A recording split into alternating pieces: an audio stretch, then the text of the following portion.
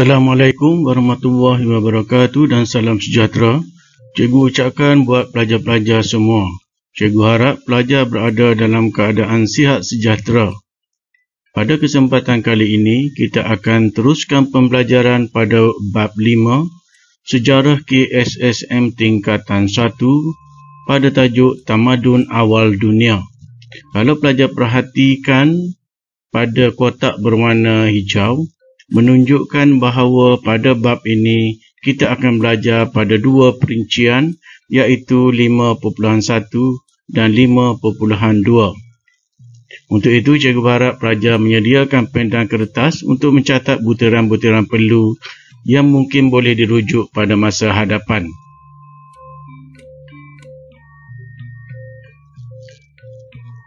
Sebelum kita meneruskan pembelajaran di bab 5, sekarang kita tinjau dahulu aspek pembelajaran ataupun sukatan yang terkandung di dalam bab 5 ini, iaitu pada tajuk Tamadun Awal Dunia dan Sumbangan. Pada bab 5 ini, kita pecahkan kepada dua perincian, iaitu kita akan melihat 4 kerajaan tamadun awal pada akronimnya MMIH, dan juga kita akan melihat sumbangan setiap daripada 4 kerajaan tamadun awal ini. Pertama, pastikan yang di atas, apa yang kita akan lihat, 4 kerajaan tamadun awal terdiri daripada Mesopotamia, Mesir Purba, Indus dan juga Wang He. Seterusnya, kita akan menilai garis masa kemunculan setiap daripada 4 tamadun awal ini. Yang ketiga, kita akan meninjau lokasi di manakah terletaknya 4 tamadun awal di mana manusia mencapai ketamadunan ini. Manakala di perincian yang kedua iaitu sumbangan, 4 kerajaan tamadun awal ini meliputi sistem pemerintahan, hierarki sosial mereka, organisasi sosial mereka, organisasi rakyat mereka, pemerintahan mereka, bagaimana akan kita tinjau. Yang kedua, kegiatan ekonomi yang dijalankan oleh 4 tamadun ini. Seterusnya, teknologi yang mereka capai, aspek kesenian dan kesusasteraan yang telah mereka bina. Seterusnya, apakah seni bina yang telah mereka lakukan ataupun bina dan kadang-kadang diingati serta kekal sampai ke hari ini.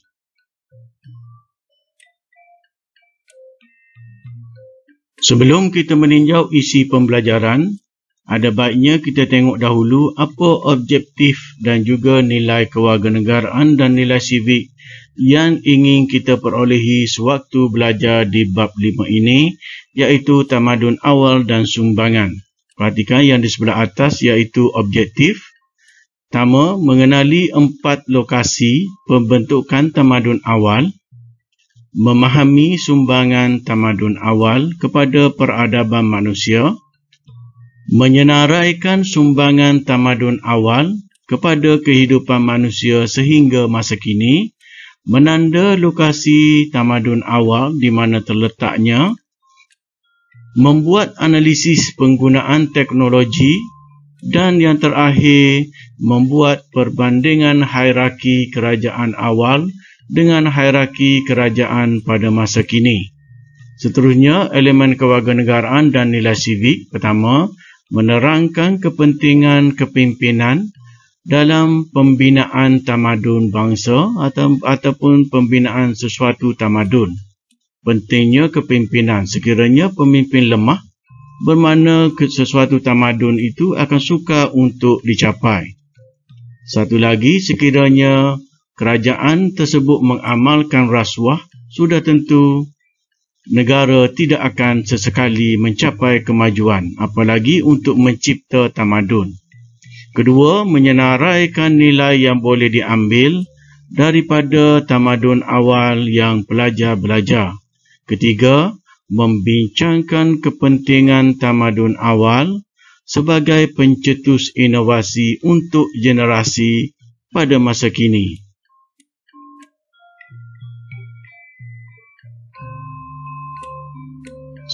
Sekarang kita tinjau 5.1 iaitu 4 negara tamadun awal.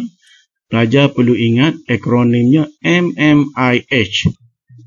Kerajaan yang pertama muncul adalah Mesopotamia, diikuti dengan Mesir Purba, kemudian Indus dan juga Huang He.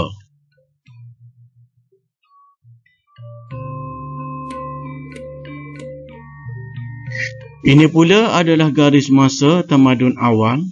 Kalau pelajar tengok, ada 2 garisan yang melintang itu berwarna hijau, kemudian yang menegak itu berwarna merah. Manakala di garisan melintang, ada tahun-tahun yang diperincikan 1000, 2000, 3000, 4000 dan 5000 ke belakang. Manakala tahun kosong itu adalah garis perenggan masa yang akan kita teliti selepas ini, apa yang dimasukkan dengan tahun kosong.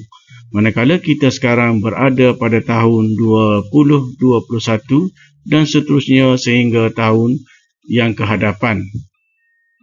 Tahun kosong ke belakang sehingga tahun 5000 pada carta, ini dipanggil tahun sebelum Masihi. Ini pelajar kena belajar dan faham. Dalam buku dia hanya dibuat singkatan iaitu SM, bermaksud sebelum Masihi. Manakala tahun kosong sehingga tahun sekarang itu dipanggil tahun Masihi. Apa yang dimasukkan dengan tahun Masihi? Tahun Masihi adalah tahun kelahiran Nabi Isa. Siapa Nabi Isa? Nabi Isa ini adalah Nabi yang menjadi kepercayaan kepada penganut Islam dan juga penganut agama Kristian. Tamadun yang pertama muncul adalah Mesopotamia, iaitu 5000 hingga 750 sebelum Masihi. Kerajaan yang kedua adalah Mesir Purba, yang muncul 5000 hingga 1213 sebelum Masihi. Mengapa Mesopotamia dahulu disebut? Itu kita kena kaji dan tanya ahli sejarah. Kerana peradaban awal manusia muncul di Sungai Tigris dan juga Sungai Euphrates, ataupun lebih dikenali dengan nama Sungai Furat. Manakala kerajaan yang ketiga, tamadun yang ketiga iaitu tamadun Indus, muncul 2500 hingga 1750 sebelum Masihi. Kerajaan ataupun tamadun yang keempat adalah tamadun Huang He yang muncul 2205 hingga 256 sebelum Masihi. Jadi perenggan-perenggan tamadun ini kalau pelajar perhati mula muncul selepas daripada manusia berpindah daripada zaman prasejarah kepada satu zaman baru iaitu zaman tamadun.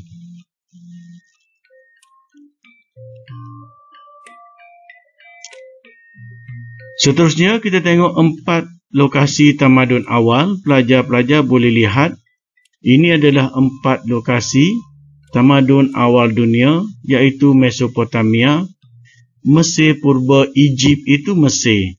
Kalau dalam peta kita lihat Egypt. Egypt itu panggilan daripada barat ke atas kerajaan Mesir. Tapi sejak dahulu orang-orang Arab memanggilnya Mesir. Kemudian di lembah Indus munculnya tamadun Indus, manakala di lembah sungai Huang He dan juga Yangtze ini muncul satu tamadun iaitu dipanggil tamadun Huang He. Ini peta yang lebih spesifik untuk kita lihat perkaitan antara kemunculan tamadun dengan sungai. Kita tengok tamadun Mesopotamia, 2 sungai yang muncul iaitu Sungai Tigris dan juga Sungai Euphrates. Manakala di Mesir hanya ada satu sungai dipanggil Sungai Nil. Dan di tamadun Indus ada Sungai Indus. Manakala di tamadun Huang He terletak di di sungai Huang He yang berhampiran dengan sungai Yangtze di sebelah selatan.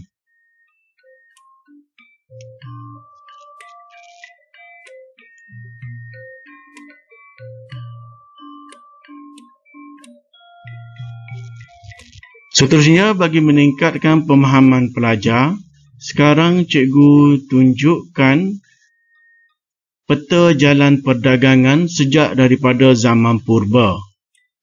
Perhatikan yang berwarna biru, itu adalah jalan laut yang menggunakan kapal-kapal layar yang dibantu pergerakannya oleh angin.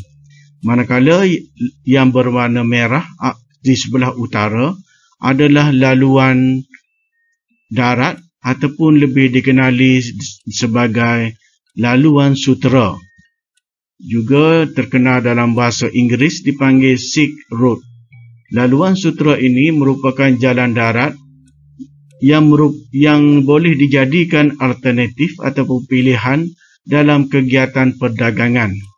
Seperti jalan laut, laluan kapal memunculkan kerajaan-kerajaan, manakala jalan darat juga telah memunculkan kerajaan-kerajaan untuk memberi tempat-tempat persinggahan, tempat-tempat jualan perdagangan kepada pedagang-pedagang. Lalu kalau pelajar perhatikan di sebelah kiri, iaitu ada bulatan yang berwarna berkelip-kelip, itu adalah pusat pertemuan pedagang dunia, baik daripada jalan laut ataupun melalui jalan darat. Negeri yang terlibat dipanggil Syam. Syam itu untuk pemahaman pelajar bermaksud matahari. Cuba pelajar perhatikan di Laut Mediterranean itu, sudah tentu pelajar ternampak dua buah kerajaan yang kita belajar, iaitu tamadun Yunani dan juga Rom. Lalu mereka ini menggunakan jalan laut untuk datang ke Syam itu, ataupun sekarang dipanggil Syria, yang dipanggil oleh orang Arab iaitu Suria, yang juga bermaksud matahari. Kalau pelajar perhatikan daripada arah barat, pedagang barat yang datang, mereka datang ke arah negeri satu tempat yang dipanggil matahari terbit. Okay, kalau pelajar perhati, kalau dia daripada laut, dia akan nampak bahawa matahari terbit daripada arah timur dan akan muncul daripada negeri yang berkelip itu. Lalu mereka terkenal dengan tempat ini sebagai negeri matahari terbit ataupun dipanggil Syam, dan sekarang negaranya adalah Syria. Jadi ini adalah laluan-laluan perdagangan yang muncul sejak zaman berzaman, dan pelajar juga boleh perhatikan di sebelah kanan bawah negara kita yang merupakan laluan kapal dagang sejak zaman dahulu, malah Selat Melaka kekal sehingga kini sebagai laluan kapal perdagangan paling sibuk di dalam dunia.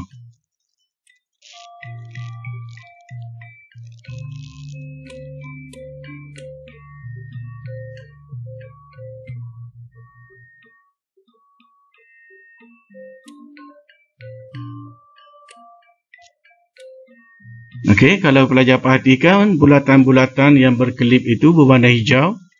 Pertama kita tengok munculnya tamadun Mesopotamia dan juga tamadun Mesir Purba ini adalah di tengah-tengah laluan perdagangan. Seterusnya kita tengok tamadun Indus juga terletak dan dihubungkan dengan laluan perdagangan. Dan juga tamadun Huang He juga terletak di laluan perdagangan, malah boleh muncul pula sebagai dua konsep laluan perdagangan, iaitu jalan laut dan juga jalan darat.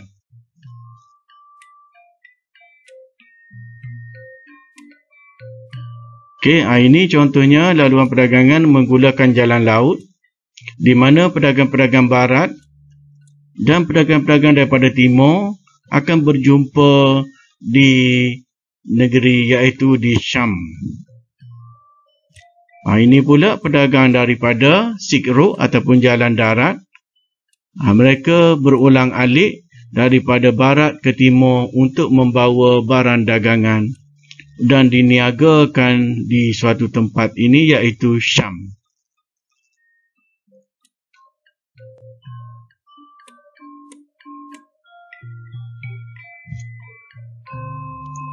Sekarang kita tengok perincian setiap kerajaan ataupun tamadun. Pertama kita tengok tamadun Mesopotamia. Mesopotamia bermaksud tanah antara dua sungai. Bermaksud tanah antara dua sungai, iaitu Sungai Tigris dan juga Sungai Euphrates, ataupun dipanggil juga dengan Sungai Furat. Bermula era Neolitik 5000 hingga 700 sebelum Masihi, mula maju sebagai tamadun 3500 sebelum Masihi, munculnya kerajaan iaitu Sumeria, Babylon, Akkad Chaldea dan Assyria. Pelajar boleh ingat akronimnya adalah S baca ataupun saya baca. Sumeria, Babylon, Akkad Chaldea dan juga Assyria. Tamadun Mesopotamia dimajukan oleh orang Sumeria yang berhijrah ke utara dan memajukan tanah pertanian dengan membina saliran dan mewujudkan sistem perbandaran. Orang Sumeria yang memajukan tamadun Mesopotamia.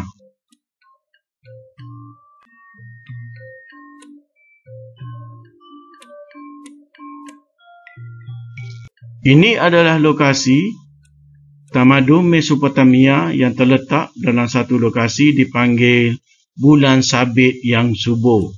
Bulan sabit itu adalah dalam bahasa Inggeris dipanggil crescent. Pelajar boleh tengok kalau bulan tu di langit pada waktu bulan muncul, bercorak macam C. Bercorak macam huruf C. Itu dipanggil bulan sabit. Lalu kawasan di lembah Sungai Tigris dan Euphrates ini merupakan satu kawasan yang subur untuk kegiatan pertanian. Lalu muncullah manusia yang bertumpu di kawasan-kawasan lembah sungai ini untuk menjalankan aktiviti contohnya pertanian. Apabila ramai manusia muncul di sesuatu tempat, akan lahirlah keperluan-keperluan lain, iaitu keperluan makanan, keperluan peralatan dan sebagainya termasuk pakaian, dan akhirnya akan memunculkan orang yang menjual dan membeli. Daripada situlah akan terbitnya satu konsep bandar, dan juga pada bila kemajuan dicapai, mana manusia akan mula mencipta pelbagai-bagai bahan, dan daripada situlah munculnya ketamadunan.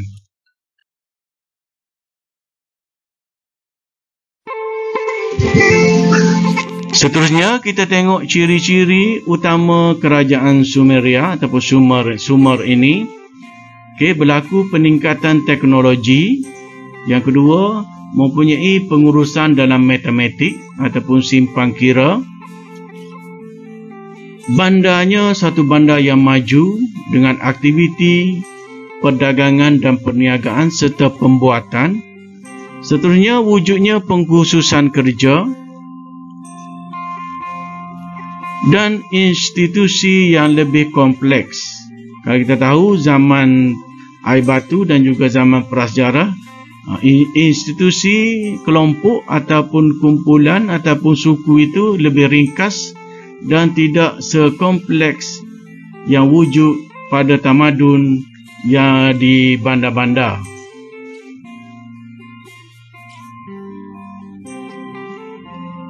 Tamadun Mesopotamia pertama berbentuk negara kota dengan dinding pertahanan yang dibina, contohnya negara kota Ur. Pusat perdagangan dan pelabuhan muncul.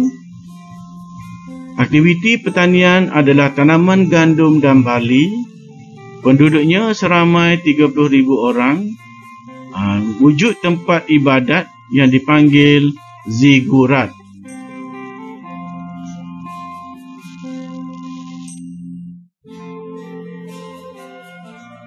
Tamadun yang kedua adalah tamadun Mesir Purba. Mesir Purba dikatakan oleh Herodotus belah kiri sebagai the gift of the Nile, bermaksud hadiah daripada Sungai Nil. Kerana kemunculan tamadun Mesir ini disebabkan oleh adanya aliran yang panjang pada Sungai Nil. Kita tengok Sungai Nil terpanjang di dunia, iaitu sepanjang 6,650 km. Sekiranya pelajar mahu mengetahui berapa 6,650 km ini, jangkaannya pelajar pergi ke Tokyo, Jepun ataupun ke Tokyo, Jepun, balik semula.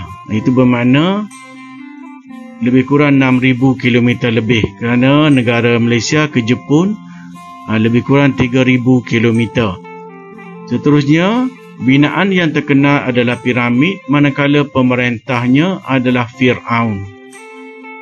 Terdapat 3 tahap kerajaan dalam tamadun Mesir Purba. Pertama, Kerajaan Mesir Purba, kemudian Kerajaan Mesir Pertengahan, dan ketiga, Kerajaan Mesir Baru. Apa yang membuatkan Mesir mencapai tingkat ketamadunan? Faktor kemajuannya adalah tanahnya yang subur kerana terletak di tepi ataupun di lembah Sungai Nil, merupakan jalan sungai yang menjadi laluan pedagang-pedagang, adanya pertanian dan aktiviti menangkap ikan. Seterusnya, munculnya negara kota.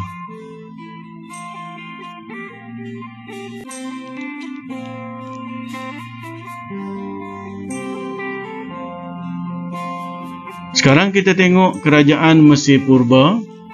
Yang pertama, muncul 5,000 sebelum Masihi sebagai hanya sebuah kampung yang didiami oleh petani-petani. Kemudian kampung ini berkembang dan akhirnya memunculkan sebuah kerajaan. Terdapat 2 kerajaan. Pertama, kerajaan di hilir lembah Sungai Nil, dan yang kedua, kerajaan di hulu Sungai Nil. Raja Menes kemudiannya menyatukan 2 kerajaan ini pada tahun 3100 sebelum Masihi.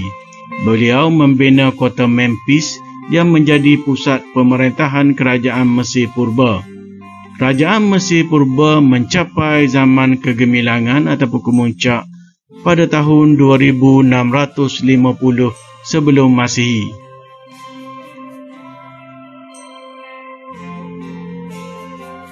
B.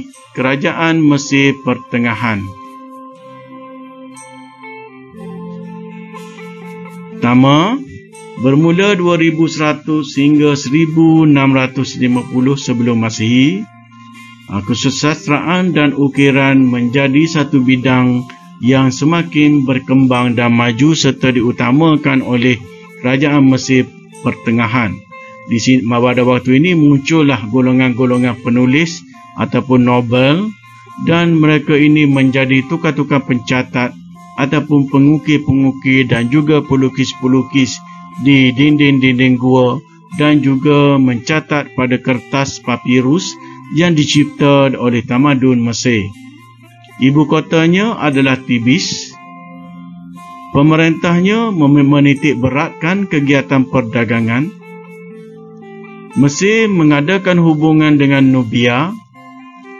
Tentera digunakan untuk kawal laluan sungai agar lebih selamat, dan pedagang-pedagang merasakan mereka gembira dengan keselamatan suatu berdagang. Mesir kemudiannya mengambil alih kota Nubia. Dalam peta, pelajar boleh tengok apa itu kota Nubia dan lokasinya.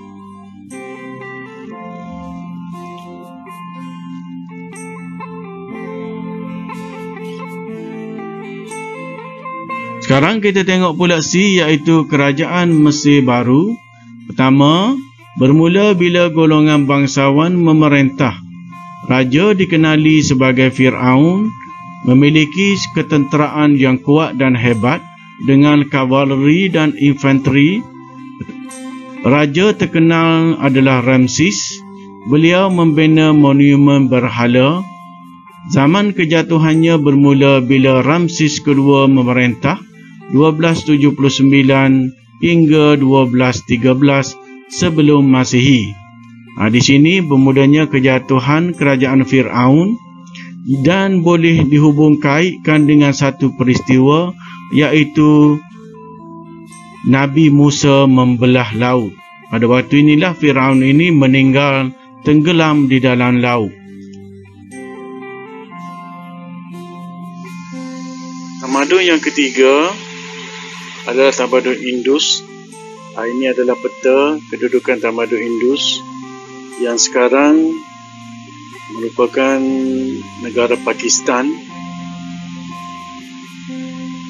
yang ada lambang merah tu. Tamadun Indus terkenal dengan binaan kotanya yang sistematik dan sistem perparitannya yang emas dan teratur, bandarnya tersusun. Tamadun Indus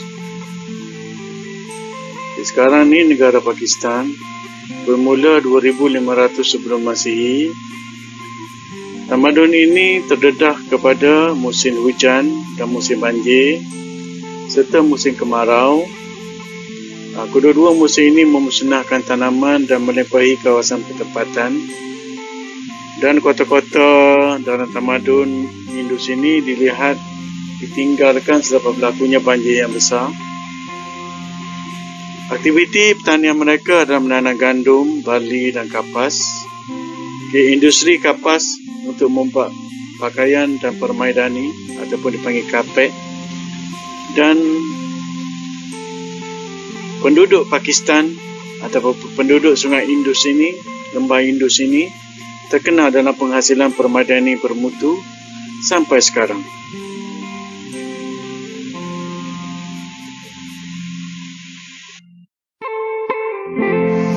Kedua bandar terancang yang dibina oleh pemerintah dalam tamadun Indus, nama Mohenjo-daro, yang kedua Harappa. Di bandar ini adalah bandar yang berdekatan antara satu sama lain. Apa kelebihan yang ada dalam sistem kediaman bangunan dalam tamadun Indus? Mereka mempunyai sistem paip dan sistem pembentungan yang canggih. Pada tahun 1970, satu satelit merakamkan tapak Mohenjo-daro, lalu merumuskan bahawa Mohenjo-daro ini musnah disebabkan oleh gempa bumi dan banjir. Seterusnya, serangan orang Aryan telah mempercepatkan keruntuhan tamadun Indus. Orang-orang Aryan ini dia ada sejarahnya juga. Pelajar boleh dapatkan maklumat daripada sumber yang lain.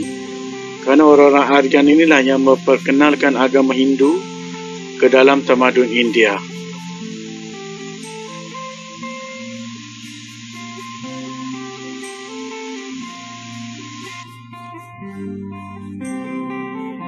Ini adalah imej satelit Mohenjo-daro yang tenggelam dan ditutupi oleh lumpur dan tanah, yang menyebabkan penduduk terpaksa meninggalkan bandar ini. Dari sini adalah kesan-kesannya. Dan ahli sejarawan melihat struktur bandarnya begitu tersusun dan dibuat secara sistematik. Jadi inilah bukti arkeologi bagaimana kota Mohenjo-daro ini pernah mengalami kemajuan suatu masa dahulu.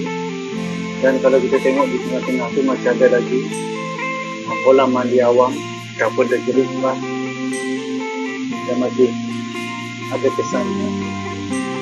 Itu khususnya. Jadi kita pergi pula kepada tamadun Wang He yang muncul di antara dua sungai, iaitu sungai Wang He dan sungai Yangtze. Tapi lebih terkenal pada sungai Wang He kerana kemunculan bandarnya itu, iaitu Anyang itu, sepanjang ataupun di pinggir Sungai Wang He. Kenapa dipanggil Sungai Wang He? Masuk Sungai Kuning kerana airnya berwarna kuning, kesan daripada aliran air yang panjang yang menyebabkan lana-lana sungai, dan air kuning itulah bila sampai ke kawasan pinggir laut, dia akan memberikan kesan kepada sektor pertanian, dia kerana tanah-tanahnya ini akan memberikan kesuburan. Sungai ini akan memberikan kesuburan kepada tanah-tanah untuk aktiviti pertanian.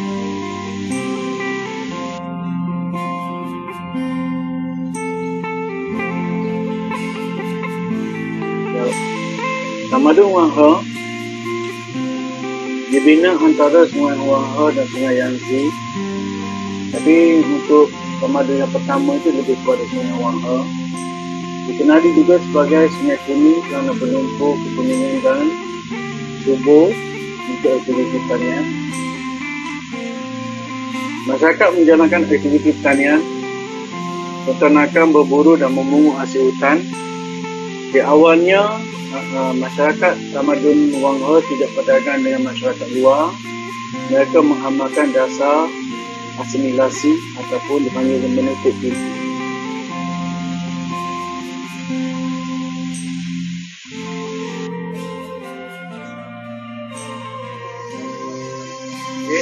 Tamadun Wang He bermula 4000 tahun sebelum Masehi. Tiga kerajaan awal yang wujud, sama dinasti Jia 2205 sebelum Masehi hingga 1366 sebelum Masehi. Kemudian dinasti Shang 1366 hingga 1050 sebelum Masehi. Diganti pula oleh dinasti Zhao iaitu 1050 hingga 256 sebelum Masehi. Bandanya yang terkenal adalah Hanyang. Masyarakat tamadun Wang He ini menghasilkan barangan tembikar. Mereka membina kapal, ada penghasilan cat atau varnis. Mereka menghasilkan sutera daripada ulat sutera yang memakan daun mulberry. Ada sulaman kain dan ada juga ukiran. Ini aktiviti masyarakat awal tamadun Wang He. Mereka juga mencipta bahan-bahan kayu dan logam untuk digunakan dalam aktiviti pertanian. Aktiviti pertanian dititik beratkan dan semakin maju. Akhirnya penduduk Wang He terlibat dengan perdagangan dan penduduk semakin bertambah, lalu memuncullah sistem pemerintahan, sistem perbandaran dan sistem pentakdiran.